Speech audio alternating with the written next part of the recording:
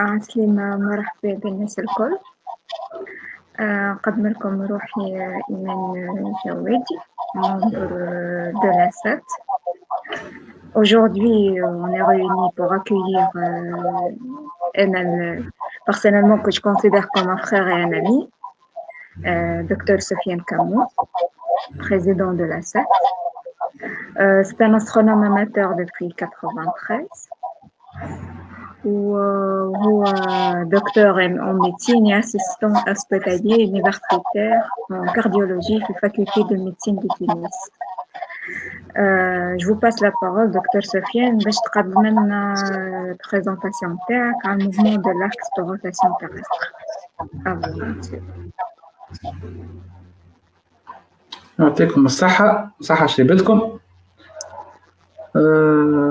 ما نعرفش كان إسلام تنجم تعدين لو تروازيام ولا إكران معناتها الصحة. باهي donc on va ensemble durant cette soirée un aperçu sur le mouvement, en réalité les mouvements de l'axe de rotation de la Terre. Donc,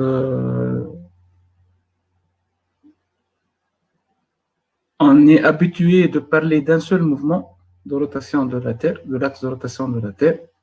On va découvrir que, en réalité, il y a plusieurs mouvements, donc de l'axe de rotation, donc de la Terre. Donc, on va voir durant cette présentation quelques termes scientifiques. On va parler des termes arabes lorsqu'on aura le temps de détailler ça.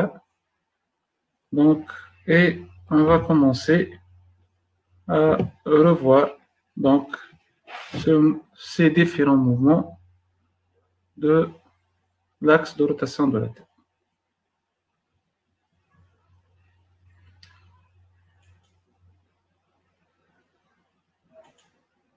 Donc la Terre a une forme géométrique qu'on qualifie en première approximation d'une sphère. Le rayon moyen de cette sphère est de l'ordre de 6371 km. Mais en réalité, si on pousse donc un peu plus l'analyse et on fait des mesures beaucoup plus précises, on va trouver que la Terre a une forme un peu aplatie qu'on qualifie d'ellipsoïde de révolution. Donc c'est un ellipsoïde, donc c'est un sphéroïde, donc oblate, c'est-à-dire que la forme s'approche de celle d'une sphère, mais elle est un peu aplatie selon un axe principal qui passe par les pôles et deux axes secondaires qui passent par l'équateur, le plan équatorial. Donc l'équateur il est un peu ronflé, les pôles sont un peu plus aplatis. Donc d'après les mesures géodésiques faites actuellement par des mesures satellitaires, on trouve que le rayon équatorial de la Terre, c'est à peu près 6378 km en moyenne, avec un facteur d'aplatissement qui s'approche de 1 sur 300. C'est-à-dire que le pôle nord ou le pôle sud se trouve un peu plus proche du centre de la Terre qu'un point situé à l'équateur. Donc le pôle nord ou le pôle sud sont à environ 6359 km seulement. Donc soit une différence à peu près de 18 km par rapport au rayon équatorial. La figure réelle de la Terre, si on va prendre en considération la topographie de la surface de la Terre, avec les montagnes et les vallées, les masses aquatiques, on va trouver qu'elle s'écarte finalement de cette approximation de sphéroïde oblate et que la véritable forme est une forme plutôt irrégulière, mais qu'on peut approximer par ce sphéroïde oblate à quelques dizaines ou centaines de mètres près. On parle dans ce cas d'un géoïde. Donc on va voir ensemble une image prise par un satellite japonais qui va montrer que la Terre est sphérique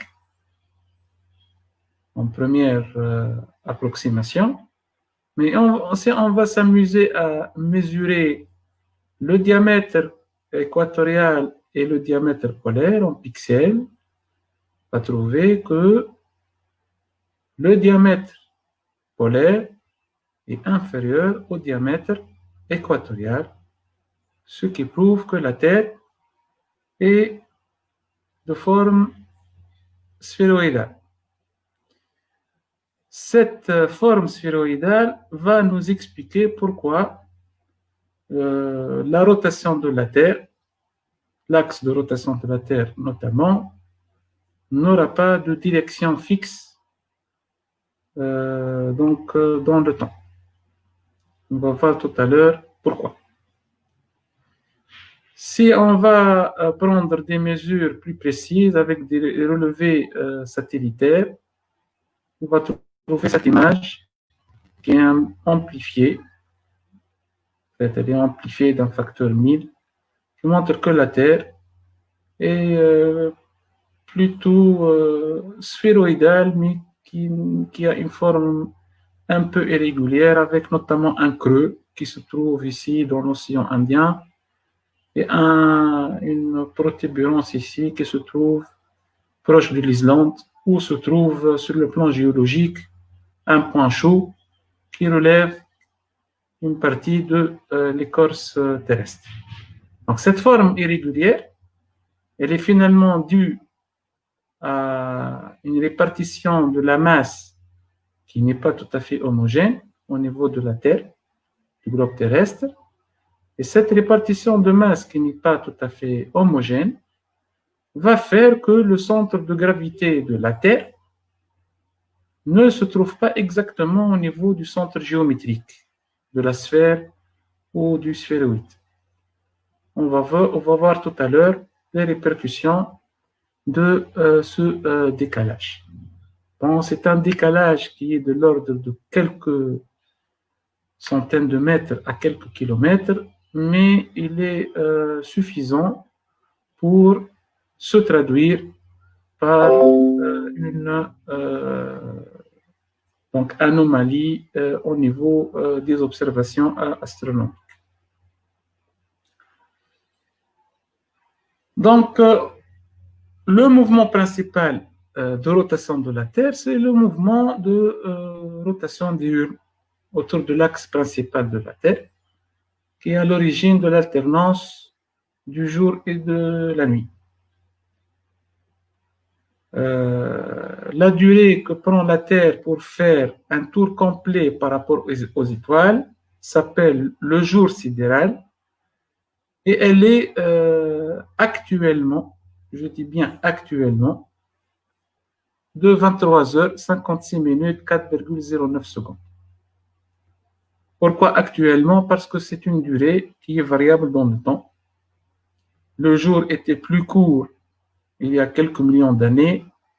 Il est en train de s'allonger à un rythme qui est très discret pour être discerné par l'être humain durant sa vie. Mais en accumulant sur quelques millions d'années, on aura donc une variation notable de cette durée. L'orientation dans l'espace, puisque la Terre tourne, elle est déterminée par le méridien origine, qui est le méridien de Greenwich. Et du coup, l'angle qui est balayé par ce méridien-là s'appelle tout simplement le temps sidéral de Greenwich. C'est un angle, mais qui peut être traduit en termes de temps, puisque la Terre tourne, fait environ 360, fait 360 degrés en environ 24 heures, donc la Terre balaye environ 15 degrés en une heure. Donc l'heure, ça correspond à 15 degrés, donc du coup on a la relation temps et angle. Donc voici une animation qui montre la rotation de la Terre, qui se fait dans le sens direct, c'est-à-dire d'ouest en est. C'est un mouvement perpétuel qui nous paraît régulier, mais en faisant des mesures ultra précises, la rotation de la Terre n'est pas tout à fait régulière.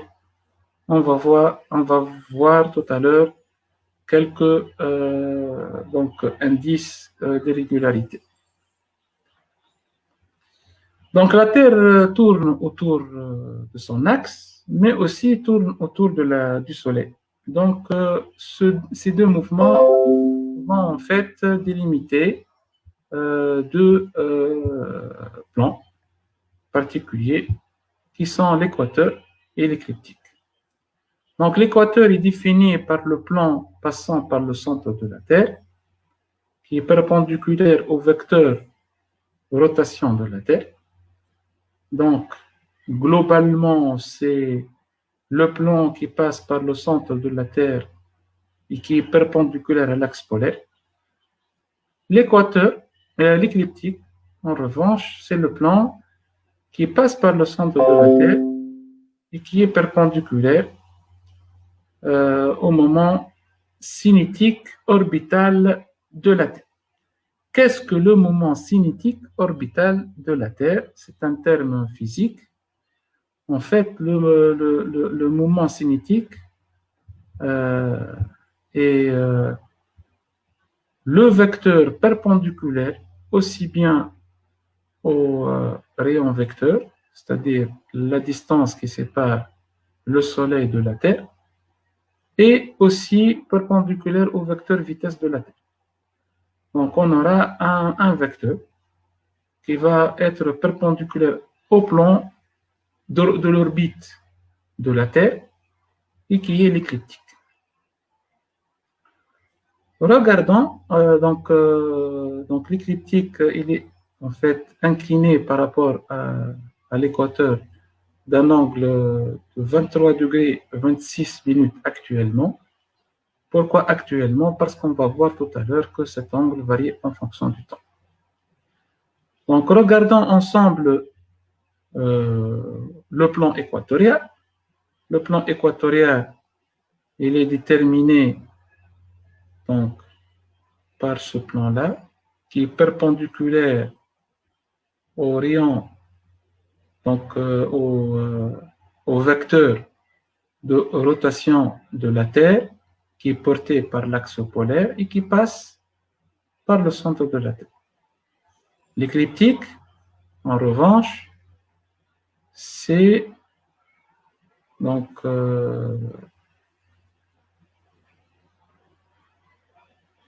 le plan orbital de la Terre et qui est en fait déterminé par un vecteur qui est perpendiculaire aussi bien à la vitesse de la Terre qu'au rayon vecteur Soleil-Terre. L'écliptique, donc dessiné ici en fait en ligne orange, coupe l'équateur en deux points. Le premier point qui s'appelle le nœud ascendant, par lequel le Soleil se déplace du sud vers le nord, et ce durant l'équinoxe du printemps, s'appelle le point vernal. Le point opposé s'appelle le point antévernal. Donc le point vernal, il est donc notée par la lettre gamma. En fait, la lettre gamma a été choisie parce que c'est la lettre qui s'approche le plus de la figure du bélier. Donc, le point gamma, c'est le point du bélier. On voit quand même que le bélier se trouve ici, actuellement, et que le point gamma se trouve actuellement au niveau de la constellation des poissons. Donc, on va voir pourquoi. Déjà, donc tout à l'heure.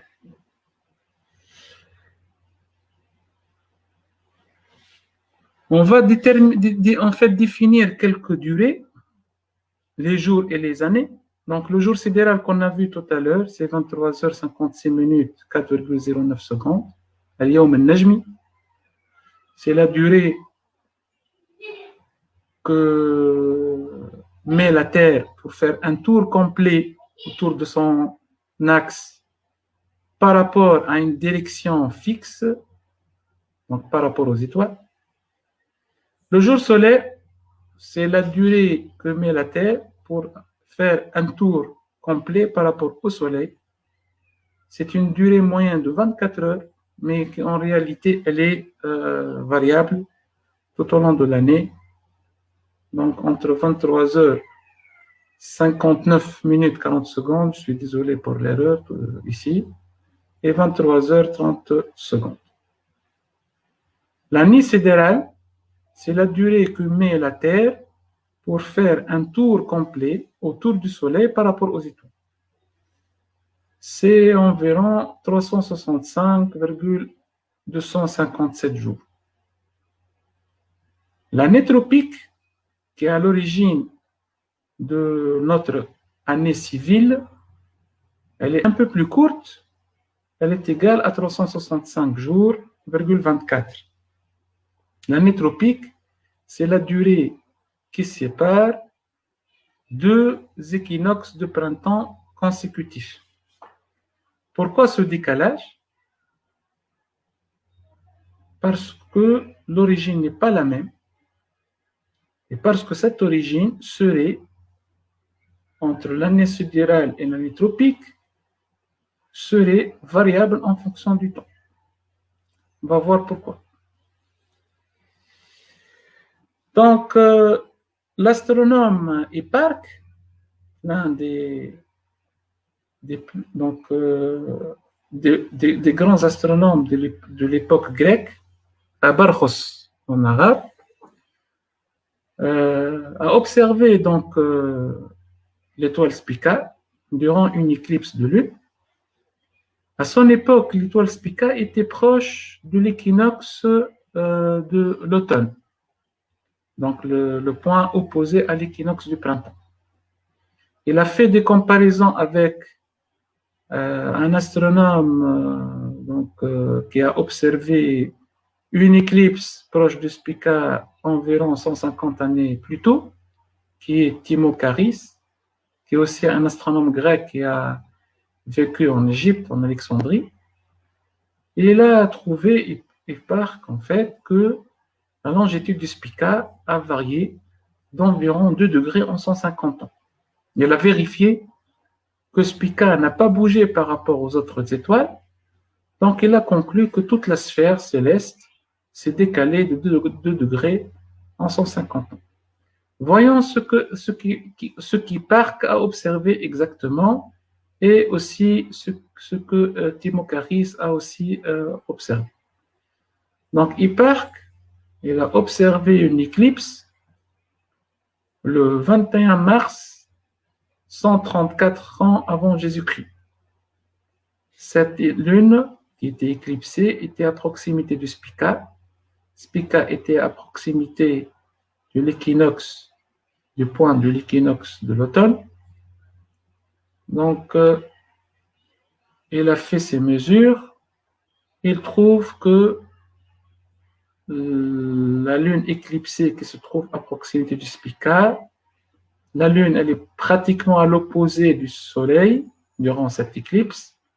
Donc, il détermine à partir de la position du soleil relativement au point vernal la longitude de Spica et qui est de environ 174 degrés.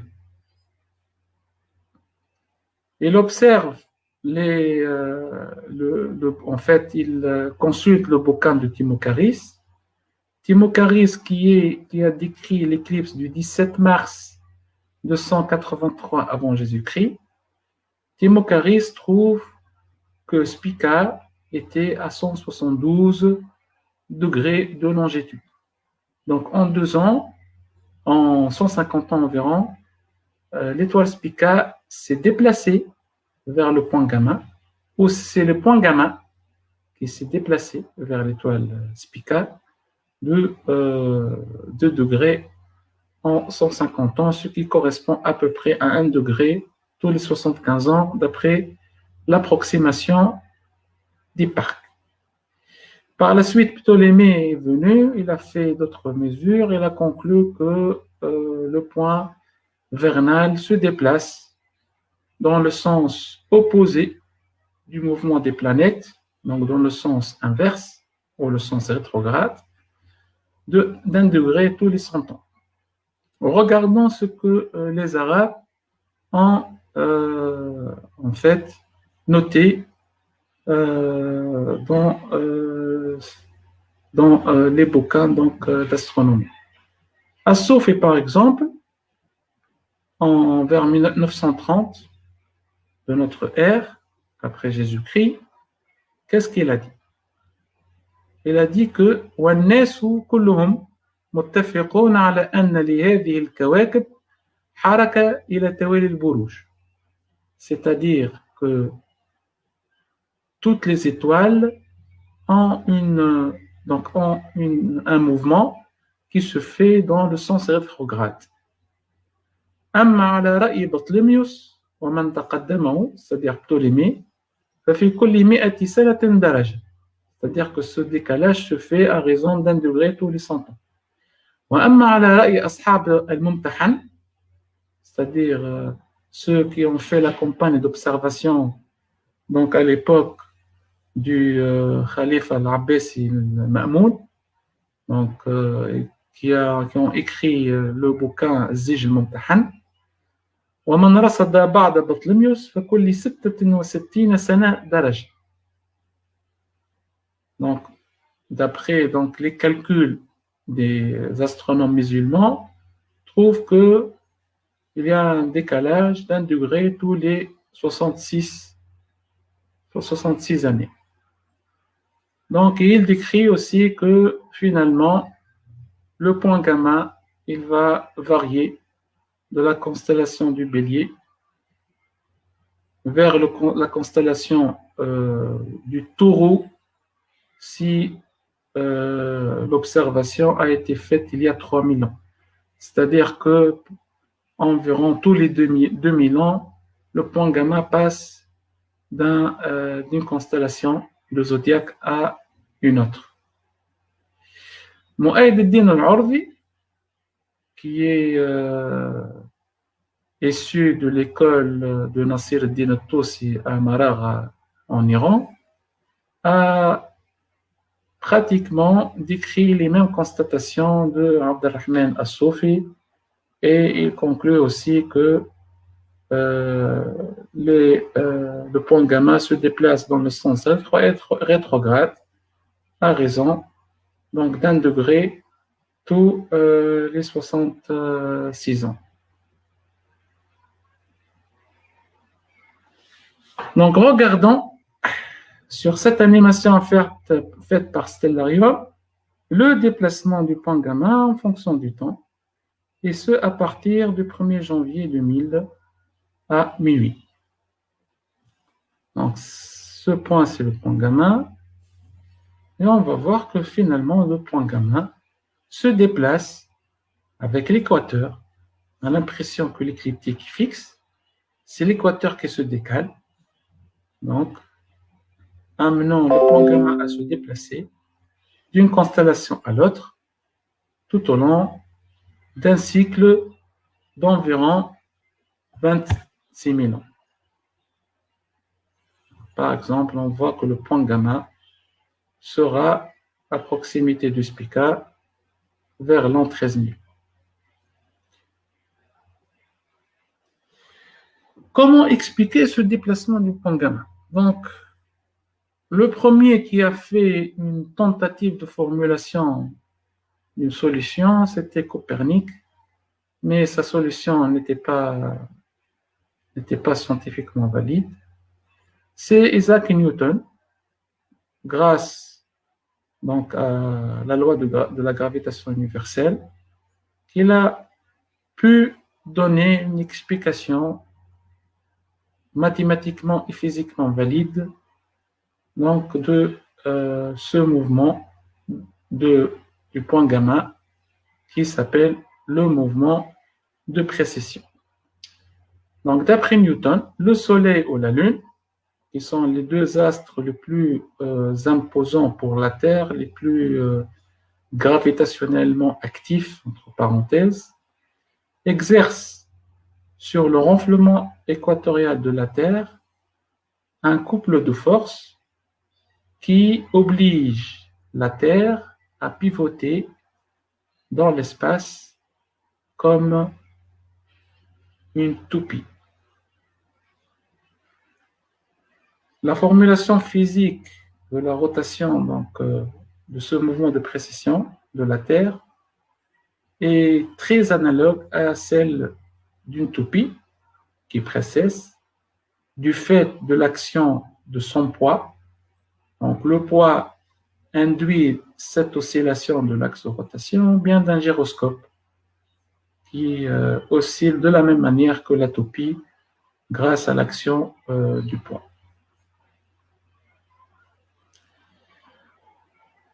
Le fameux mathématicien Euler a formulé des équations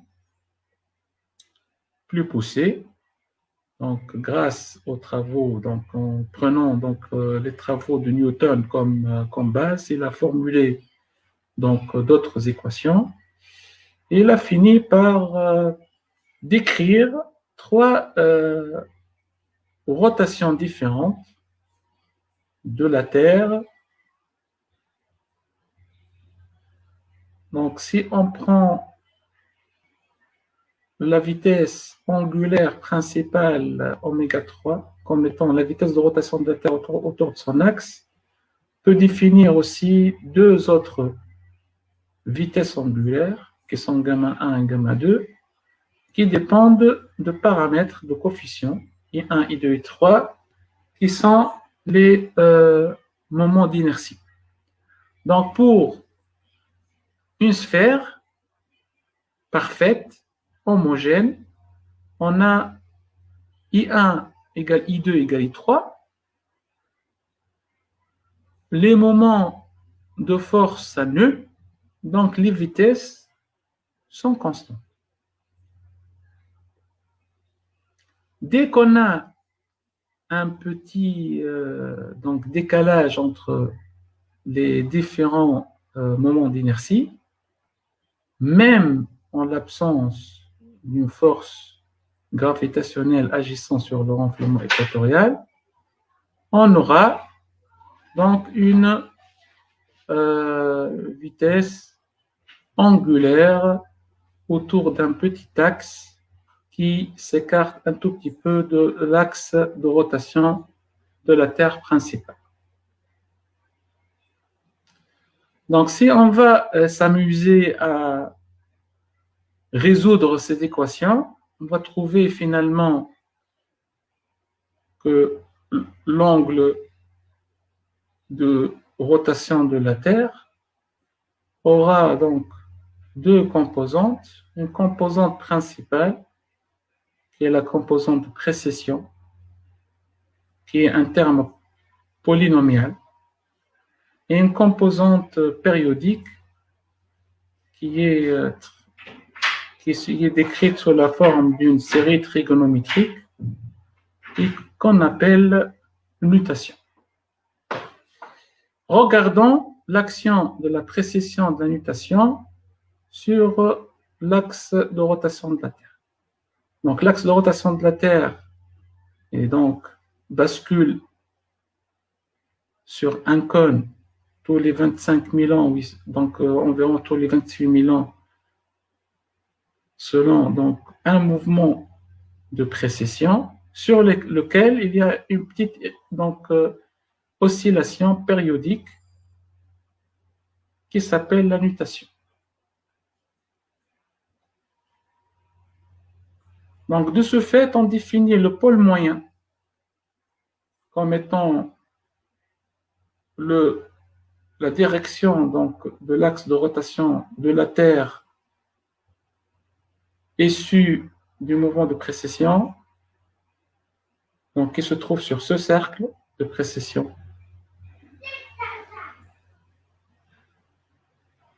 Si on rajoute les mouvements périodiques, on aura un petit décalage du pôle vrai qui va se trouver sur cette boucle qui est grosso modo proche d'une ellipse. Et en fait, le pôle vrai va faire un petit tour autour du pôle moyen tous les 18,6 ans. Cette période de 18,6 ans est exactement la même que la période de bascule et d'oscillation du plan orbital de la Lune autour de la Terre. Donc la nutation, elle est due essentiellement à la Lune et la précession, elle est due à la Lune et au Soleil, mais avec une proportion de 2/3 environ pour la Lune et 1/3 pour le Soleil.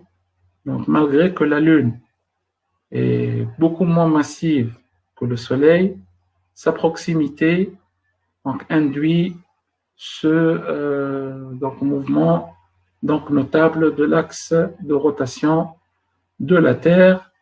Et heureusement que la Lune était aussi proche, donc si proche de la Terre, parce que cette fraction de l'action de rotation, donc de l'action de la Lune, fait en sorte que l'axe de rotation de la Terre va osciller d'une manière qui n'est pas très ample, et donc il sera globalement stabilisé sur une période de quelques millions à quelques milliards d'années, ce qui explique l'émergence et la continuité donc, de la vie sur notre planète.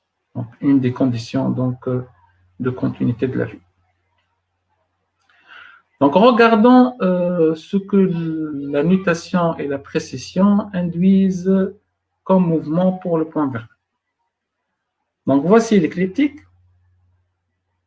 La ligne de l'écliptique, on définit par convention le point gamma de l'année 2000, c'est-à-dire le point gamma du 1er janvier 2000 à minuit 0, donc minute 0 seconde, temps universel. Voici l'équateur. C'est l'équateur moyen. L'équateur moyen coupe l'écliptique en un point qui est le point vernal moyen de la date. L'équateur, il est incliné sur l'écliptique d'un angle epsilon qui s'appelle l'obliquité de l'écliptique, qui est actuellement de 23 degrés et 26 minutes. L'équateur vrai, par contre, est décalé un tout petit peu de l'équateur moyen, ce qui induit un déplacement du point gamma vrai par rapport au point gamma moyen et une variation donc, de l'obliquité entre l'équateur vrai et l'écliptique. On va noter epsilon plus petite variation de cette obliquité qui est le delta epsilon.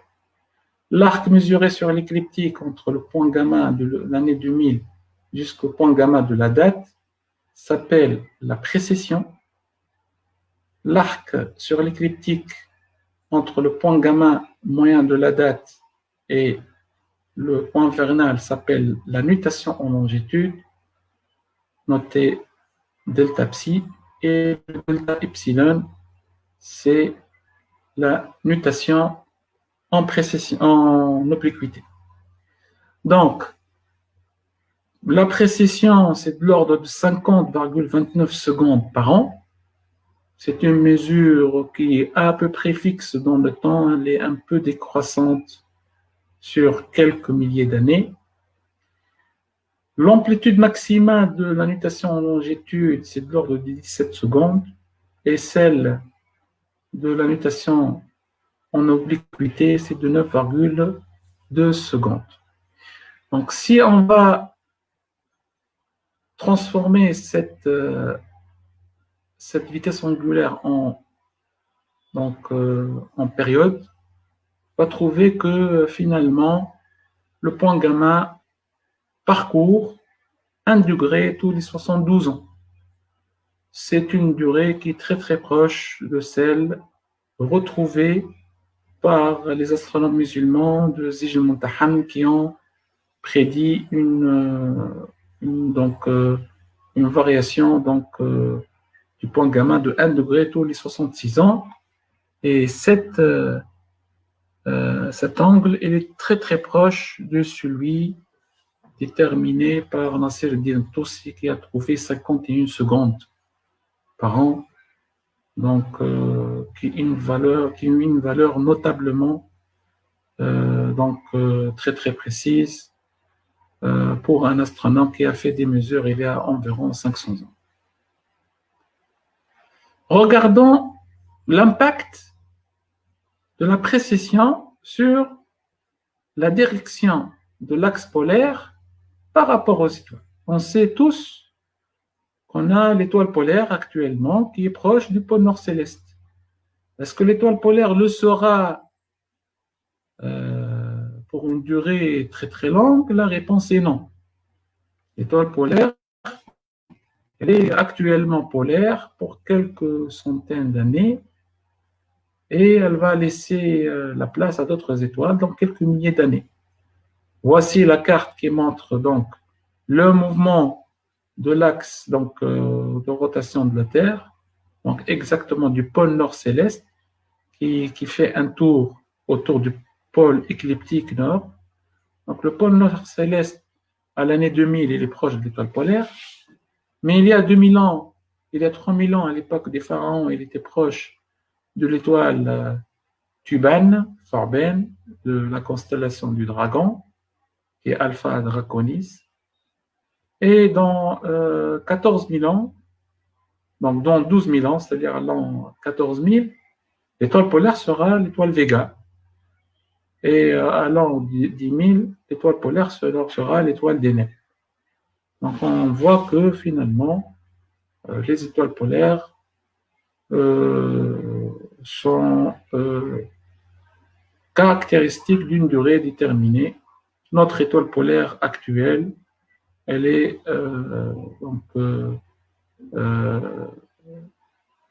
elle le sera pour une durée encore de environ 1000 ans avant de le céder la place à l'étoile Gamma Cephei. Qu'en est-il pour les étoiles de l'hémisphère sud? Pour l'hémisphère sud, actuellement, on n'a pas d'étoile brillante. Si ce n'est pas le cas pour une étoile à peine visible à l'œil nu, plutôt visible aux jumelles, qui est Sigma Octantis. Donc, on voit que Achernar était pratiquement l'étoile polaire de l'hémisphère sud il y a 5000 ans. Et Canopus sera l'étoile polaire dans 12 000 ans. C'est-à-dire dans 12 000 ans, on aura deux étoiles brillantes. Une étoile brillante au nord et une étoile brillante au sud. Vega, l'étoile polaire du nord, et Canopus, Suhail, l'étoile polaire sud. Regardons ce que Camille Flammarion a noté en 1887 dans un article. Donc, il a mentionné des mesures de l'obliquité de l'écliptique. Il a mentionné la mesure de Chu Kong, qui était un astronome chinois très connu, 1100 ans avant Jésus-Christ, qui a trouvé une obliquité de l'écliptique à 23 degrés 54 minutes. PTS à Marseille, 23 degrés 49 minutes. 350 ans avant Jésus-Christ. Al-Battani, 23 degrés 36 minutes vers 900 ans. Cassini, en France, 23 degrés 29 minutes vers 1650. Et actuellement, on est à 23 degrés 26 minutes. On remarque qu'il y a une décroissance de la valeur de l'obliquité écliptique à raison de 47 secondes par siècle en moyenne. Pourquoi a-t-on cette variation de l'obliquité écliptique alors qu'on est parti d'un modèle qui décrit la Terre comme étant animée d'un mouvement d'une topie? La topie fait finalement un cône. Si la vitesse de rotation est relativement fixe, l'angle du cône ne varie pas. On va voir que finalement, l'obliquité de l'écliptique varie en fonction du temps, comme le montre cette animation, qui montre l'équinoxe, en fait, le solstice du Cancer. Le solstice du Cancer, donc, il va entre l'an 1000 avant Jésus-Christ jusqu'à 70 000 ans. On va voir comment il va osciller. Il va varier en fonction donc du temps, selon donc cette animation. Voilà. Donc, on va voir que la ligne bascule. Voilà.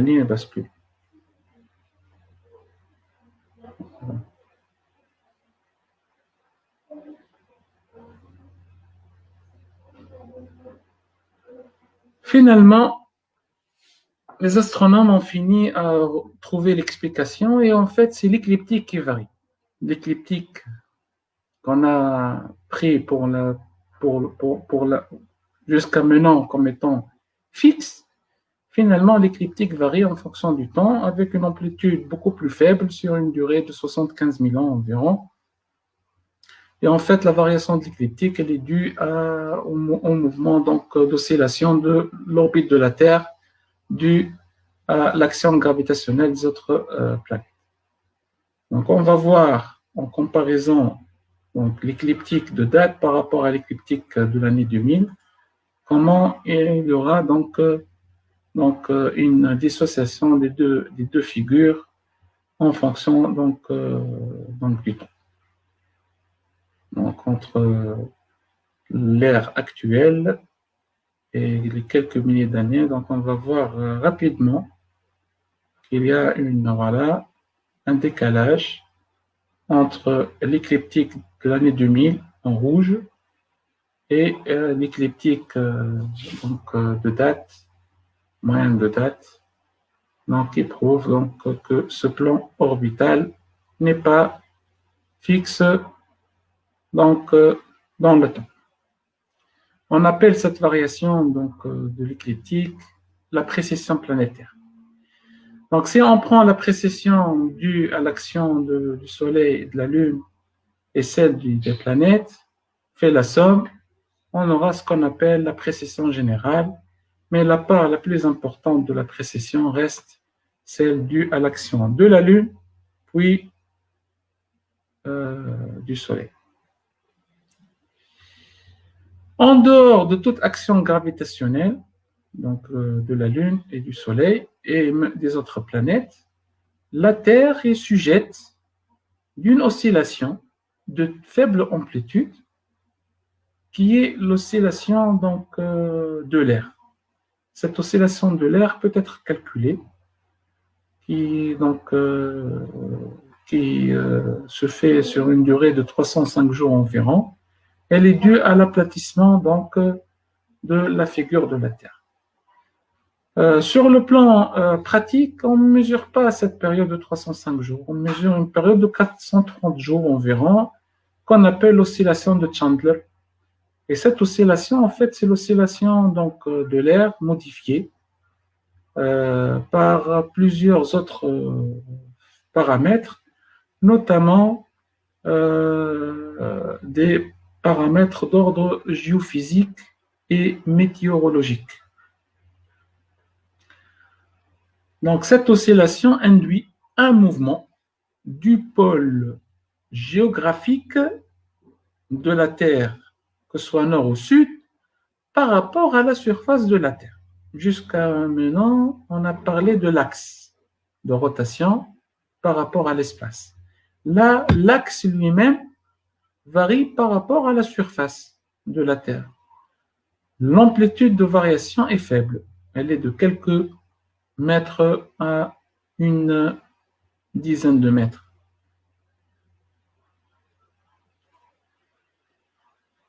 Donc,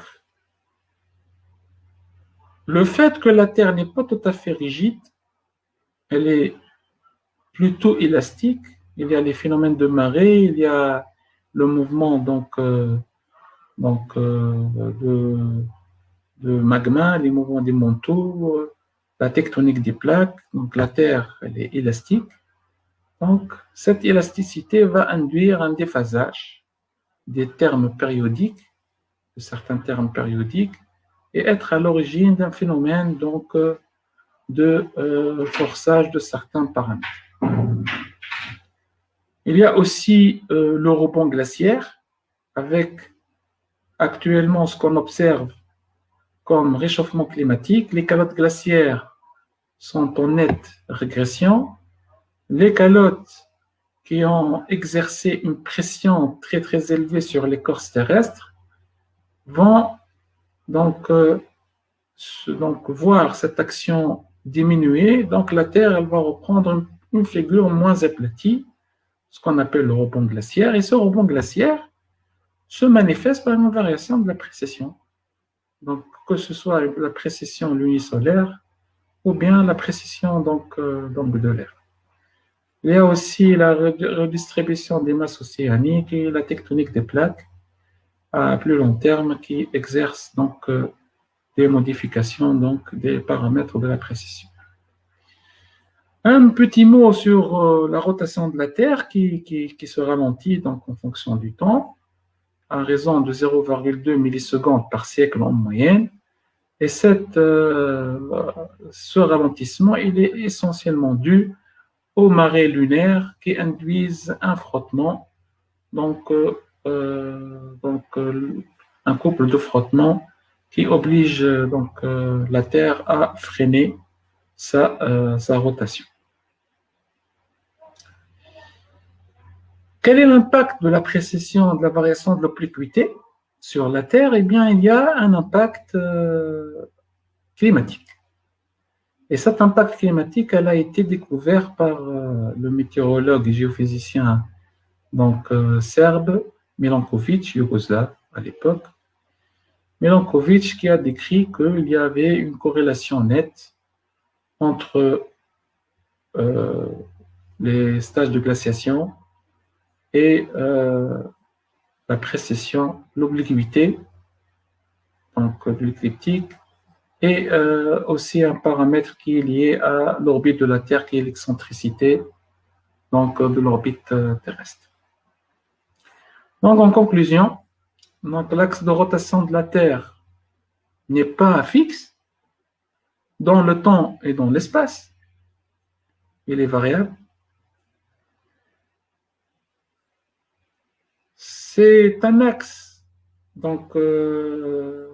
qui est variable du fait de paramètres d'impact dû à l'interaction entre le Soleil, la Terre et la Lune et aussi la Terre en première approximation, mais aussi l'action des planètes sur l'orbite de la Terre et aussi des paramètres géophysiques qui induisent un déplacement de l'axe de rotation par rapport à la surface terrestre. L'impact le plus important pour l'astronome, c'est que les coordonnées célestes varient en fonction du temps, que ce soit les coordonnées équatoriales, mais aussi les coordonnées écliptiques. Donc, il faut faire des calculs, faire des corrections afin d'avoir une prédiction fiable. Et un impact sur le climat, comme ça a été décrit par Milanković au début du XXe siècle. Donc, j'espère que c'était clair, que c'était pas très compliqué. Je laisse la parole à Imen pour animer cette session.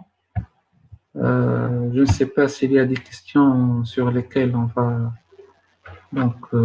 s'attarder un peu. Voilà. Je tiens à vous remercier, Dr. Kamoun, pour cette belle présentation. Personnellement, j'ai compris pas mal de nouvelles choses. Je pense que les followers sont de même avis. Et je vous remercie pour toutes ces corrections avec cette belle présentation. Par contre, je vais commencer par voir les questions qui sont posées par nos suiveurs. Ensuite, moi-même, j'aurai 2-3 questions. Bon, je tiens à dire Zaha Shaibet comme le call. Et nous commençons par voir les questions. Par exemple, Monsieur Adel Madeni, qui dit félicitations pour cet exposé très intéressant. La variation de la densité de la Terre et la composition du magma terrestre et par conséquent la variation du champ magnétique pourrait-elle influencer la forme et le mouvement de la Terre absolue et relative? Est-ce que vous pouvez répondre, Dr. Camille? Merci pour cette question pertinente. Bien entendu, la variation de la densité de la Terre induit inéluctablement un mouvement du pôle de la Terre par rapport à la surface terrestre. Et donc, du coup, la direction de l'axe de rotation va changer un tout petit peu, mais c'est une amplitude qui est relativement faible, qui est de l'ordre de quelques mètres, maximum à une dizaine de mètres.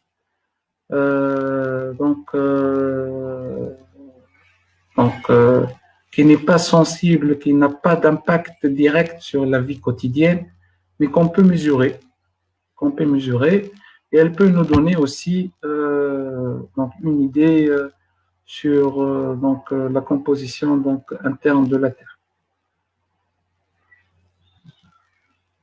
Merci, Dr. Kamoun. On va voir s'il y a d'autres questions. Je ne vois pas d'autres questions. Pour cette raison. C'est que la présentation, soit elle est très, très compliquée, soit elle est très claire. Bon, je vais opter pour la première réponse. Je plaide plutôt vers la première hypothèse. Bon. Enfin, une petite question de Shaima Piha. Shaima, j'ai pas compris c'est quoi exactement la différence entre l'écliptique moyen et l'écliptique vrai. On n'a pas parlé d'écliptique moyen et d'écliptique vrai. On a parlé d'équateur moyen et d'équateur vrai. Donc, l'équateur moyen, c'est l'équateur qui est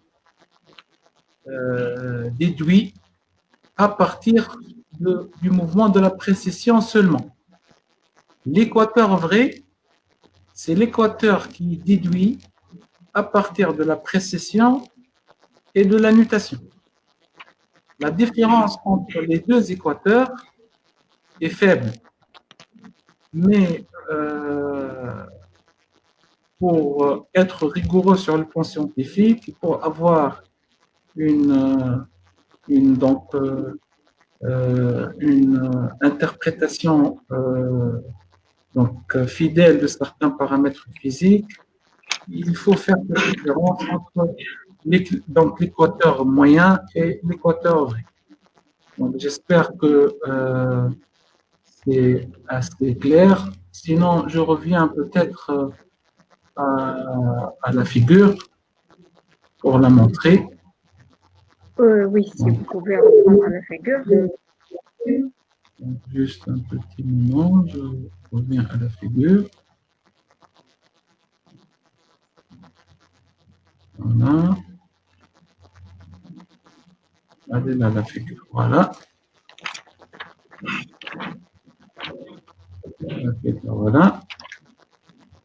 Donc, équateur moyen, équateur vrai. L'équateur moyen, il est déduit à partir de la précession. Par contre, l'équateur vrai, il est déduit à partir de la précession et de la nutation. Si on pourrait montrer donc l'image, je ne sais pas si on peut la montrer, la présentation. Il faut voir avec Islam si elle peut intervenir pour montrer l'écran de Dr. Sofiane. Voilà, on va voir. Voilà. Le modérateur. Voilà. Voilà. Donc, l'équateur moyen, donc, il est déduit à partir de la précession. L'équateur vrai, il est déduit à partir de la précession et de la nutation, les deux. Donc, la précession, c'est un mouvement donc, séculaire. Donc, haraka azaliya dahriya, on dit haraka dahriya. Par contre, le mouvement de la nutation, c'est un mouvement périodique. Donc, j'ai oublié de mentionner les termes précession et nutation en arabe.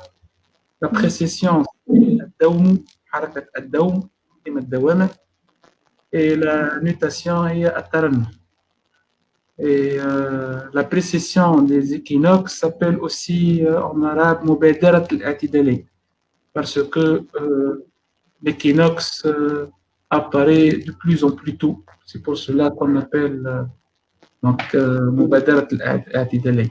Donc j'espère que c'est clair sur cette figure. Donc je vois que Hichem a posé une question. ما هو النجم الذي يعوض النجم القطبي؟ النجم الذي سيعاوض نجم القطبي بعد 2000 سنة هو الراعي في كوكبة قيفاوس. C'est Gamma du Gamma Céphée. Et dans 12 000 ans, ça va être donc dans 8 000 ans, ça va être Deneb, Deneb al-Dajjaj. Et dans 12 000 ans, ça va être Vega, Nasr al-Waqa. Ça, c'est pour le pôle nord. Pour le pôle sud, on aura Canopus vers l'an 12 000. معناتها في عام 12000 إن شاء الله. بالنسبة En termes plus corrects, ce serait quelles sont les étoiles au niveau du tournoi. Donc c'est un cercle. C'est approximativement un cercle. Et tous les millénaires, on a une étoile polaire particulière, à peu près. Donc le pôle sud actuellement, on n'a pas d'étoile brillante. Par contre, vers l'an 12 000, on aura Canopus, qui sera l'étoile la plus proche du pôle sud. Monsieur Adel Medani qui demande s'il y a un enregistrement de la conférence. Je présume que oui. Peut-être que comme les autres conférences, il y a un enregistrement. On pourra voir avec le modérateur, la Société astronomique de Tunis. B. Le vent du soleil est-il dans la force du frottement, docteur? Le vent solaire, il a un impact sur le champ magnétique. Essentiellement.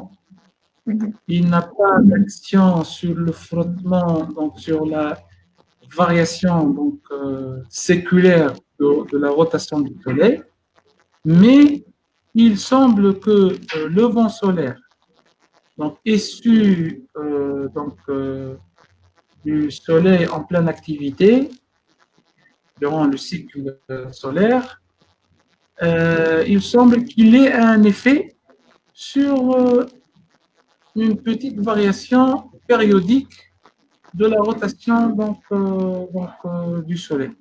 C'est encore à l'étude, on n'a pas encore de certitude sur ce phénomène, mais c'est une hypothèse qui apparaît comme étant intéressante pour expliquer la variation, les petites irrégularités.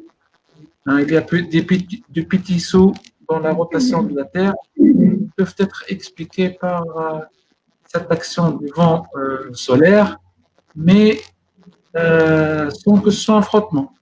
Ce vent solaire a tendance parfois à accélérer la rotation de la Terre et parfois à décélérer la rotation. Ce n'est pas encore le mécanisme. C'est encore à l'étude. Encore à l'étude, on va dire. Mais, une autre question. Déjà, notre collègue nous remercie pour la conférence. Expérience pratique prouve que l'axe de la rotation de la Terre est décalé de l'étoile polaire. Donc, c'est une confirmation ou une question, je ne sais pas. Je pense que c'est une confirmation. Oui, bien sûr, l'axe de rotation de la Terre, il est décalé de l'étoile polaire parce qu'il ne pointe pas directement sur l'étoile polaire. On est actuellement à 1 degré environ. Vous voyez déjà que l'étoile polaire ne se trouve pas exactement sur le cercle. Et l'étoile polaire ne sera pas à sa plus courte distance angulaire du pôle nord géométrique qu'en 2100 environ. Donc, mais pour l'observation pour la détermination des directions, même si on est à quelques degrés près, ça nous suffit pour déterminer les différentes directions à l'échelle d'un commun des mortels. Voilà. D'accord. Donc, Hichem demande pour la deuxième question l'identité de la modératrice. Hichem, c'est Imen à Stockholm actuellement. À Stockholm, Imen. Oui, actuellement à Stockholm. Et à Stockholm actuellement, Hichem. Donc, présentatrice de la SET à Stockholm, on va dire. Que la réponse est satisfaisante pour Hichem actuellement. Mais, on espère. Cyril Abdelnabi, est-ce que le ralentissement de la rotation de la Terre de 2,3 millisecondes par siècle, qui provient de marées, peut causer l'arrêt de la rotation un jour? Merci. Un jour. Oui, bon. Très bonne question.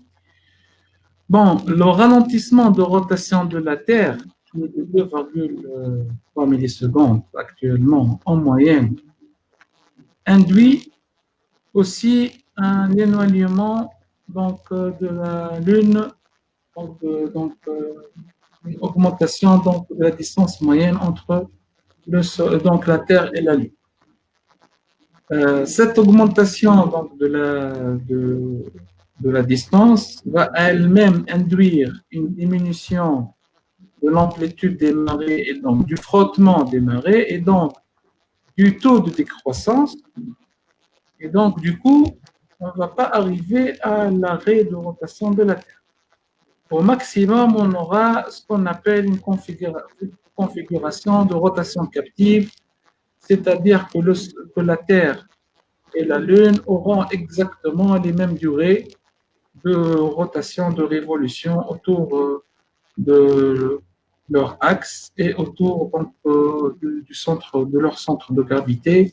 Mais c'est une configuration qui me paraît personnellement peu probable parce que l'interaction entre le Soleil, donc la Terre et la Lune, et en troisième lieu le Soleil, vont faire en sorte que ce ralentissement ne sera pas toujours donc réel, toujours retrouvé.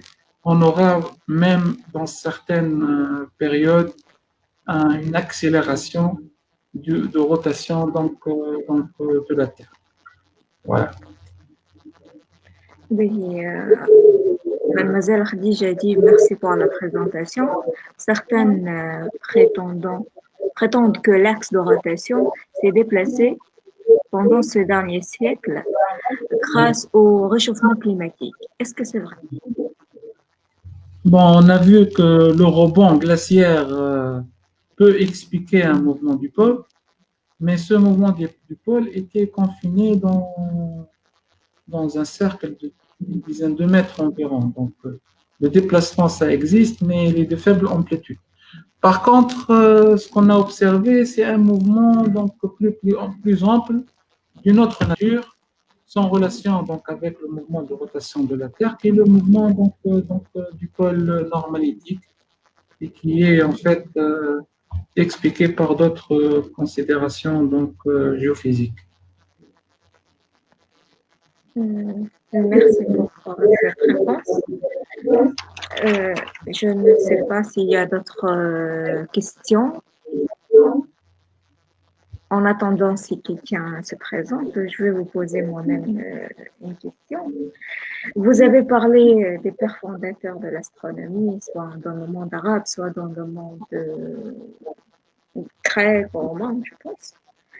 Et vous avez dit qu'ils ont fait des observations, mais par quels moyens, à cette époque lointaine, ils ont fait leurs observations? Si vous avez une idée.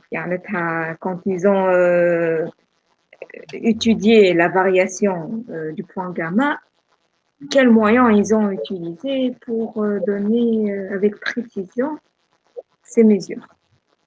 Ils ont utilisé des moyens, en fait, des outils d'observation, des instruments d'observation qui sont très rudimentaires, mais très, très efficaces. Donc, il y a, par exemple, l'équivalent de la théodolite. Donc, ils peuvent mesurer des angles entre les étoiles, entre l'horizon et une étoile. Ils ont des tables du mouvement du Soleil. Donc, ils comparent la position. S'ils observent une éclipse totale, c'est que la Lune elle est à l'opposé du Soleil. Donc, ils ont la projection du Soleil à l'opposé de sa position. Donc, ils comparent ça avec la table. Donc, la projection elle est à 180 degrés par rapport à la table. Et puis, ils mesurent les distances entre l'étoile et la Lune éclipsée. Donc, ils déterminent des angles. Et ils peuvent, dans ce cas, déduire les variations qui ont été, en fait, retrouvées. C'est franchement ingénieux. Oui, c'est faisable même à notre époque, mais il faut des observateurs vraiment très, en fait, très imprégnés par des considérations de trigonométrie et de mesure. D'accord. On va passer à la question suivante. Monsieur Mostafa Labidi, un déplacement de l'axe de rotation de la Terre pourra-t-il causer du cataclysme planétaire qui a lieu il y a à peu près 12 000 ans? Et l'Antarctique était-il un continent plus chaud et prospère autrefois? Bon, la question se divise en deux parties. Donc, la première partie, le déplacement de l'axe de rotation de la Terre aurait-il causé un cataclysme planétaire climatique, je suppose. La réponse, d'après les données qu'on a actuellement, est non. Parce que ce déplacement, il est quand même contrôlé par l'action de la Lune.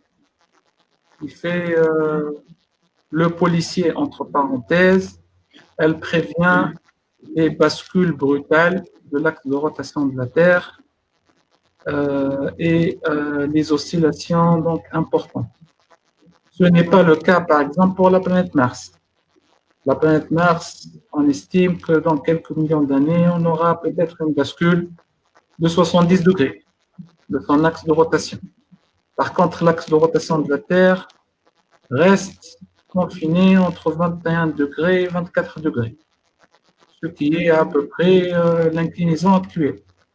Donc, et c'est dû en fait, c'est dû à l'action gravitationnelle de la Lune qui en fait stabilise comme un contrepoids l'axe de rotation de la Terre. La deuxième question, donc, considérant que l'Antarctique était un continent plus chaud et prospère autrefois, oui, c'est possible, vu qu'on a donc des variations climatiques, on a des variations climatiques, donc des variations de glaciation. La dernière ère glaciaire datait d'environ 12 000 ans. Donc, c'est que M. Mostrelabit, je pense, qu'il a qualifié de cataclysme planétaire. C'est dans le cadre des cycles de Milankovitch. Donc, on a en fait des alternances donc, de glaciation avec des saisons, en fait, des climats relativement chauds. Et donc, du coup, pour l'Antarctique, il y a quelques millénaires, elle était plus chaude, certainement, comme c'est le cas pour le Groenland. Donc, au pôle Nord, le Groenland a été appelé Groenland, là, la terre verte. Elle était verte. Actuellement, elle est donc couverte d'une banquise, mais avec une banquise actuellement qui fond d'une manière très spectaculaire. Donc, on aura peut-être dans quelques, je dirais peut-être un siècle, peut-être moins. Moi, je pense. De nouveau, en fait, un Groenland actuel. Voilà. Oui, on a deux questions de Khairuddin Mouded. Je m'excuse pour les noms. Hein.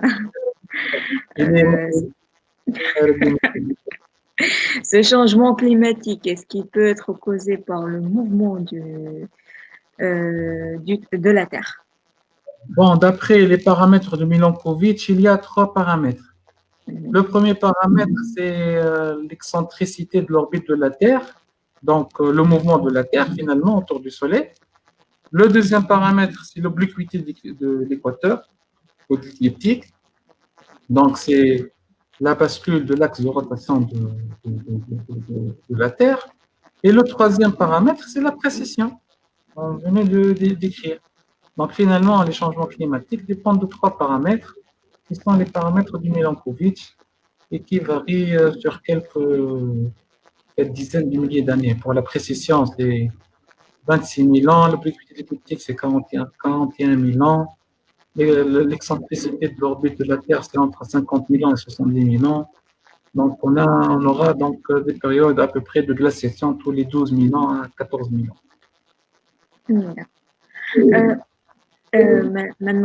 Monsieur Yassine Benzekli pose la question comment influence l'effet de l'obliquité sur les saisons. Eh bien, l'obliquité va influencer les saisons parce que lorsque en fait, la Terre est plus basculée vers le Soleil, elle va recevoir plus d'énergie et donc l'été sera plus chaud. L'hémisphère sud qui va recevoir moins d'énergie, donc il sera plus froid. Donc, lorsque l'obliquité est accentuée, on a plutôt un contraste important des saisons. Lorsque l'obliquité est plus faible, on aura à peu près le même ordre de grandeur de réception de l'énergie solaire et donc les saisons seront moins contrastées. Donc, ce qui explique donc, cet effet sur les saisons. Merci, docteur Sofiane. J'ai Ben, donc, moi-même une donc, autre question. question, je pense. Ok. Oui. Voilà. Donc, vous avez dit au départ que le centre de gravité de la Terre n'est pas confondu avec le centre géométrique.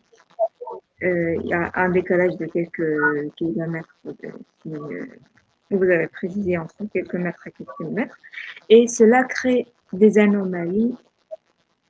Quelles sont ces anomalies? Les anomalies, c'est le déplacement du pôle par rapport à la surface de la Terre. En fait, l'axe de rotation, en fait, l'axe d'inertie principale qui passe par le centre de gravité, donc, du fait qu'il est décalé du centre géométrique, va faire que finalement, on aura une petite variation du moment cinétique. Il y a la loi de Huygens qui décrit cette variation donc, du moment cinétique. Et donc, par correction, on aura une tendance à faire confondre ce centre de gravité avec le centre géométrique. Et donc, on aura finalement une oscillation. Donc, ce qui explique donc aussi cette précession libre de l'air et le mouvement donc, du pôle sur l'écorce terrestre, qui est un mouvement qui dépend de la position du centre de gravité, dépend aussi de la densité, donc des variations de la densité au sein du globe terrestre, dépend aussi de la déformation donc, du globe terrestre, le rebond glaciaire, la tectonique des plaques, même les séismes, même les gros séismes peuvent induire une variation donc, du taux de rotation de la Terre et aussi de la position du pôle. Et tout cela induit donc la figure complexe qu'on a vue donc, du mouvement donc, du pôle sur la surface terrestre. Merci, Dr. Sofiane, pour cette belle présentation. Elle m'a corrigé personnellement l'image classique de la surface hémisphérique qu'on a tous. On a tous imaginé de la Terre cette belle image, mais plutôt elle m'a impressionné l'image que vous avez mise, l'image réelle qui dépend de la surface, qui dépend des plaques, qui dépend de cette diversité de notre planète. Je ne vois pas d'autres questions. Dans ce cas-là, je pense que la conférence ça s'arrête là, mais je vous laisse la parole si vous avez dernière parole à nous dire. Donc, si on va conclure, c'est que tout bouge. Hein, on n'a pas donc, de corps fixe ou d'axe fixe. Tout bouge. C'est la nature de l'univers. Hein. Donc, Oui. les corps inertes sont sujets à disparaître. Donc, pour que tout soit dynamique. Et donc,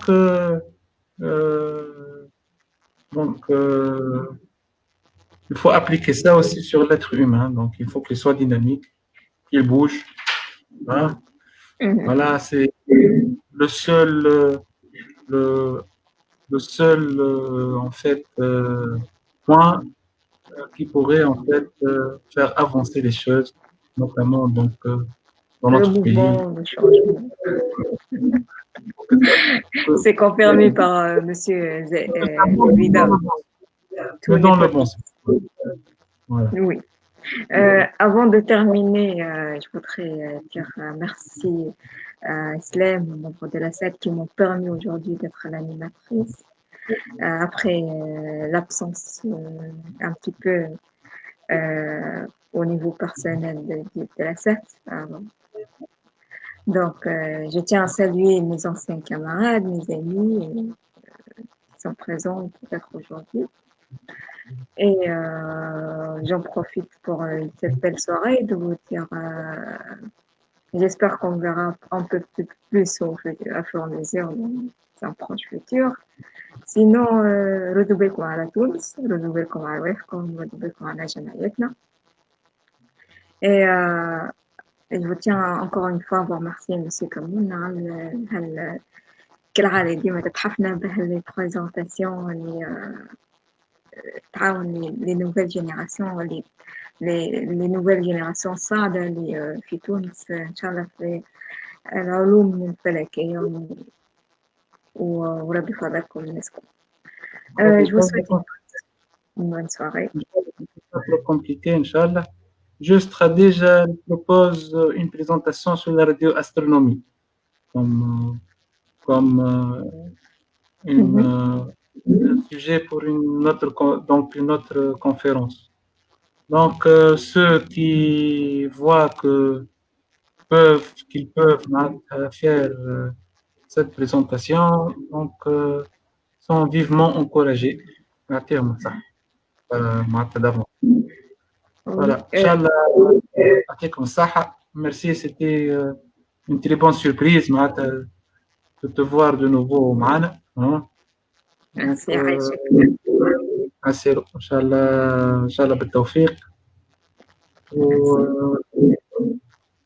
إن شاء الله في conférence أخرى في أقرب وقت إن شاء الله.